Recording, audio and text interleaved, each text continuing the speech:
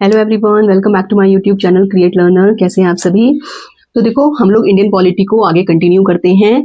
हम लोग fundamental rights को पढ़ रहे थे और फंडामेंटल राइट्स से मैंने आप लोगों को आर्टिकल 13 को बताया था कि आर्टिकल 13 क्यों इतना इंपॉर्टेंट है। हालांकि आर्टिकल 13 12 की ही तरह कोई फंडामेंटल राइट प्रोवाइड नहीं कर रहा है, लेकिन वो फंडामेंटल राइट्स को बेस प्रोवाइड करता है। इसके बिना हमारे फंडामेंटल राइट्स अधूरे हैं। वो मैंने आप लोगों को कल की वीडियो में बताया था कि किस तरीके से फंडामेंटल राइट को बेस प्रोवाइड किया गया है, और साथ के साथ ये भी मैंने आप लोगों को बताया था कि कैसे आर्टिकल 13 जुडिशरी को पावर देता है फॉर जुडिशियल रिव्यू। ठीक है, तो इससे रिलेटेड कुछ डॉक्ट्रिन्स भी हैं, कुछ सिद्धांत भी हैं। जब तक आप इन सिद्धांतों को नहीं समझेंगे, जब तक आपने इन डॉक्ट्रिन्स को नहीं समझा है, तो ऐसे समझ लो आपने आर्टिकल 13 को क्लियरली नहीं समझा है। ठीक है, अब इस वीडियो के बाद में आपका आर्टिकल 13 पूरी तरीके से कंप्लीट हो जाएगा। क्लियर है? ठीक है, तो देखो यहाँ पर मैंने ना कुछ डॉक्ट्रिन स्पेसिफिकली मेंशन की हैं कि जैसे सबसे पहले है आपके पास डॉक्ट्रिन ऑफ सिविरेबिलिटी। क्लियर है? तो डॉक्ट्रिन ऑफ सिविरेबिलिटी हम लोगों को पढ़ना है इस लेक्चर में, डॉक्ट्रिन ऑफ इक्लिप्स पढ़ना है हम लोगों को, और डॉक्ट्रिन ऑफ जुडिशियल रिव्यू हम लोगों ने पढ़ना है। और साथ के साथ मैं आप लोगों को बेसिक स्ट्रक्चर की भी बात बताऊंगी कि बेसिक स्ट्रक्चर किसे कहा जाता है और कैसे ये धीरे धीरे करके इवॉल्व हुआ है। और आज बेसिक स्ट्रक्चर का कॉन्सेप्ट हमारे कॉन्स्टिट्यूशन में बहुत बहुत बहुत इंपॉर्टेंट है। ठीक है, तो चलो स्टार्ट करते हैं हम लोग डॉक्ट्रिन ऑफ सिविरेबिलिटी से। क्लियर है? तो देखो, सबसे पहले से समझो कि मैंने आप लोगों को कल की वीडियो में बताया था कि 1950 को हमारा संविधान लागू हुआ, और संविधान के लागू होने के साथ में ही हमारे को कुछ फंडामेंटल राइट्स मिले। ओरिजिनली ये 7 थे, अब जाकर के 6 हो चुके हैं हमारे राइट्स। लेकिन हमारा आर्टिकल 13 ये कहता है, आर्टिकल 13 में 4 क्लॉजेस बताए थे मैंने आप लोगों को, आर्टिकल 13(1), 13(2), 13(3) और 13(4). तो आर्टिकल 13(1) क्या कह रहा था कि भाई कोई भी कानून, अगर आजादी से पहले का कोई कानून फंडामेंटल राइट्स के साथ में असंगत होता है, फंडामेंटल राइट्स को वॉयलेट करता है, तो उस कानून का वो जो पार्ट होगा, जो भी फंडामेंटल राइट्स को फंडामेंटल राइट्स को अबॉलिश कर रहा होगा, उतना पार्ट क्या हो जाएगा, उसका हट जाएगा, समाप्त करना पड़ेगा, रद्द करना पड़ेगा। क्लियर हुआ? ठीक है, तो ऐसे समझो कि अगर कोई कानून है, आजादी से पहले का कोई कानून बनाया गया था और इस कानून के बहुत सारे प्रोविजंस होंगे। इन प्रोविजंस में से ये जो लास्ट के 2 प्रोविजन आपको दिख रहे हैं ना, तो हो सकता है ये किसी फंडामेंटल राइट्स को वॉयलेट कर रहे होंगे। तो जब हम क्या करेंगे, डॉक्ट्रिन ऑफ सिविरेबिलिटी का इस्तेमाल करेंगे, तो सिविरेबिलिटी को ऐसे समझो, इसे छानना। ठीक है, इसे क्या है, ये एक तरीके से फिल्टर करना है, सेपरेट करना है। ठीक है, तो हम क्या कर रहे हैं, हम ये कर रहे हैं कि भाई सिविरेबिलिटी एक छलनी की तरीके से है कि भाई कौन से अधिकार फंडामेंटल राइट्स के साथ में कंसिस्टेंट हैं, संगत हैं, उसको अप्लाई करते हैं, और कौन से अधिकार या कौन से प्रोविजंस फंडामेंटल राइट के साथ में इनकंसिस्टेंट है। शब्दों पर गौर करना, इनकंसिस्टेंट है, असंगत है। तो जो भी असंगत प्रोविजंस होंगे वो हमारे सेपरेट हो जाएंगे। ठीक है, जैसे हमने क्या किया, छलनी लगाई, छलनी में से क्या किया, कानून को डाला। अब कानून को डालने पर हमें पता चला कि भाई 2 ऐसे प्रोविजंस थे जो आपके इस छलनी से नहीं छन सके। जो छन गए वो फंडामेंटल राइट के साथ में कोरिलेट कर रहे हैं, संगत हैं, और जो नहीं छने वो असंगत हैं। तो इसी डॉक्ट्रिन को कहा जाता है डॉक्ट्रिन ऑफ सिविरेबिलिटी। ठीक है, तो एक बार डेफिनेशन अगर हम पढ़ेंगे तो क्या है कि देखो, doctrine of severability means that if one part of a law is unconstitutional, only that specific part is struck down, कि सिर्फ और सिर्फ लॉ का वही पार्ट जो कि अनकॉन्स्टिट्यूशनल होगा, जो कि फंडामेंटल राइट्स के साथ में इनकंसिस्टेंट होगा, उसी को हमें हटाना होगा, स्ट्रक डाउन करना होगा।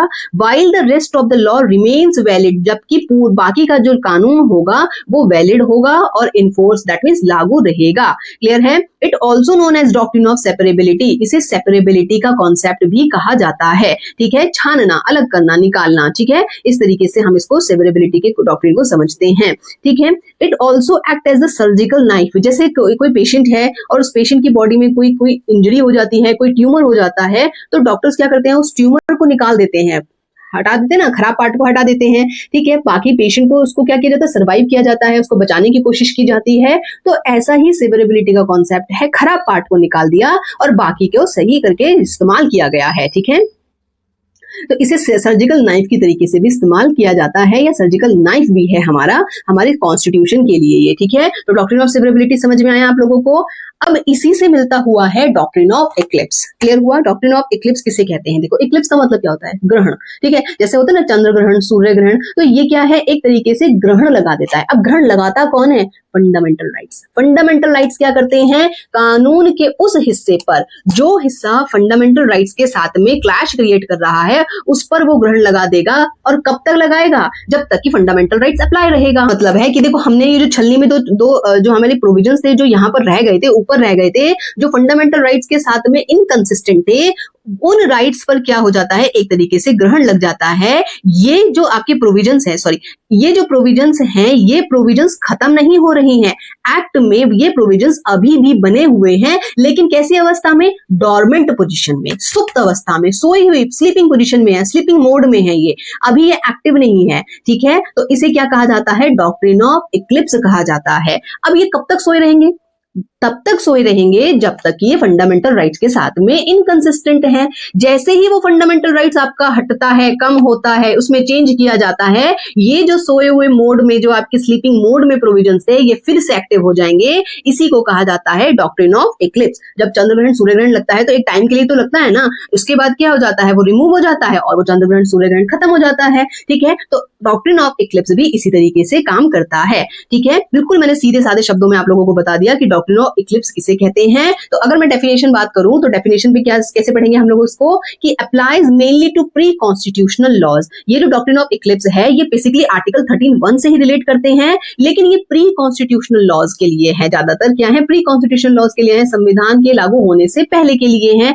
बाद में क्यों नहीं है? अरे भाई, बाद में इसलिए नहीं है क्योंकि संसद पहले से ही ऐसा काम करेगी कि भाई कोई भी आपका कानून ऐसा ना बने जो फंडामेंटल राइट्स के साथ में क्लैश क्रिएट करता हो या फंडामेंटल राइट्स को वॉयलेट करता हो। ठीक है, क्लियर हुआ? क्योंकि ये तो हम आजादी से पहले तो अंग्रेजों के द्वारा बनाए गए कानून थे, और अंग्रेजों के लिए तो कोई फंडामेंटल राइट जैसा कोई कॉन्सेप्ट ही नहीं था। उन्होंने तो वैसे भी भारतीयों को बिल्कुल प्रताड़ित कर रखा था। ठीक है, तो इसलिए ये क्या, जो ज्यादातर लॉज थे, ये क्या है? प्री कॉन्स्टिट्यूशनल लॉज की बात कर रहे हैं। क्लियर हुआ? ठीक है, चलो अब आगे बढ़ते हैं कि जो मैंने अभी आप लोगों को समझाया, if a law violets fundamental right, अगर कोई लॉ फंडामेंटल राइट्स को वायलेट करता है, इट बिकम इनएक्टिव। ये क्या हो जाएगा? आपका असक्रिय हो जाएगा, डॉर्मेंट, सुप्त अवस्था में आ जाएगा, नॉट कंप्लीटली डेड, मरेगा नहीं। ठीक है, स्लीपिंग मोड कहा जाता है इसे। ठीक है, तो इसे क्या है? ये स्लीपिंग मोड में आ जाएगा। It can become active again if the inconsistency if removed. ये क्या हो जाएगा? इनकंसिस्टेंसी जब जैसे ही आपकी खत्म हो जाएगी, फंडामेंटल राइट्स के साथ में इसका क्लैश खत्म हो जाएगा, ये फिर से एक्टिव हो जाएगा। ठीक है, क्लियर हुआ? तो डॉक्ट्रिन ऑफ इक्लिप्स इसे कहा जाता है। केसेस रिलेटेड टू आर्टिकल 13(1) में हम लोगों को अलग अलग केसेस पढ़ने होते हैं, जिसमें से जैसे पहला केस में बात करूं तो Keshav Madhav Menon versus state of Bombay 1951 का केस आ जाता है। Bhikaji Narendra cross versus MP 1955 का केस आता है, और ए.के. गोपालन वर्सेस स्टेट ऑफ मद्रास 1950। ये तीन केसेस भी आप लोग अगर मेंशन करते हो तो बहुत ज्यादा आपका आंसर एनरिच हो सकता है। इसमें मैं आप लोगों को एक केस समझाऊंगी कि ए.के. गोपालन वर्सेस स्टेट ऑफ मद्रास का केस कैसे डॉक्ट्रिन ऑफ इक्लिप्स और डॉक्ट्रिन ऑफ सिवरेबिलिटी के कॉन्सेप्ट को फॉलो करता है। तो देखो, ए.के. गोपालन एक कम्युनिस्ट नेता थे। ठीक है, 1950 में सरकार एक कानून लेके आती है जिसे कहा जाता है preventive detention act. Preventive detention action कानून के आधार पर सरकार ए.के. गोपालन को गिरफ्तार कर लेती है। अब ए.के. गोपालन इस कानून के अगेंस्ट में कोर्ट में पिटीशन फाइल करते हैं कि भाई मुझे जो गिरफ्तार किया गया है, मुझे खुद ही मतलब गिरफ्तारी के ग्राउंड्स को जानने का अधिकार ही नहीं दिया जा रहा है।